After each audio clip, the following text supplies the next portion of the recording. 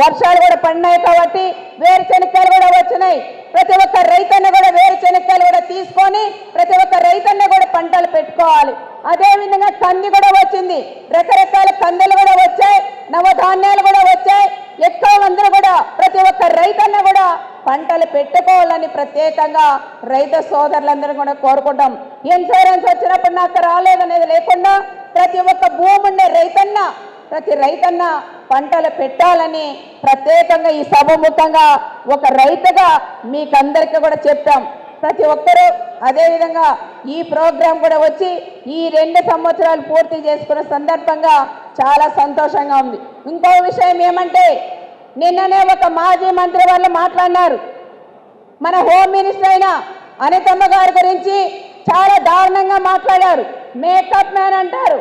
అయ్యా మాజీ మంత్రి వాళ్ళు మిమ్మల్ని ఒకటి అడుగుతున్నాం, ఇంట్లోని మన ఎక్కడైనా ఆడవాళ్ళ గురించి మీరు తప్పుగా మాట్లాడుతున్నారు.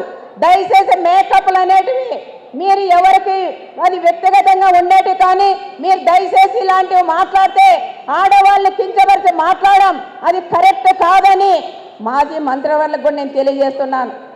అయ్యా ఆడవాళ్ళు అంటేనే ఎక్కువ మీకు ఎందుకో చులకనగా ఉన్నది. ఎవరు చూసినా మాజీ ఎమ్మెల్యేలు కానీ మాజీ మంత్రులు కానీ చాలా దారుణంగా మహిళల గురించి కూడా మాట్లాడుతున్నారు. మహిళల గురించి మాట్లాడితే మీరు ఏమి అన్నారు కదా అనుకున్నారు. మేము మహిళలందరూ కూడా ఉద్యమం చేస్తే మీరు ఎక్కడుంటారు ఒక్కసారి ఆలోచించాలని ఆ గొడ్డల పార్టీ వాళ్ళకు కూడా నేను ఈ సభముఖంగా వాళ్ళకు కూడా నేను తెలియజేస్తున్నాం. అంటే హోమ్ మినిస్టర్ మాట్లాడుతున్నామని ఊరికే ఉంటామా? ఊరికే ఉంటారనుకున్నారు. అదే మొన్ననే సబితమ్మ గురించి కూడా ఒక మాజీ మంత్రి వాళ్ళు మాట్లాడినారు. అదేవిధంగా రాప్తా నియోజకవర్గంలో ఒక చిన్న సైకో ఉన్నాడు, వాడు కూడా ఈరోజు మహిళల గురించి కూడా ఆయన కూడా మాట్లాడే పరిస్థితి ఈరోజు ఏర్పడింది.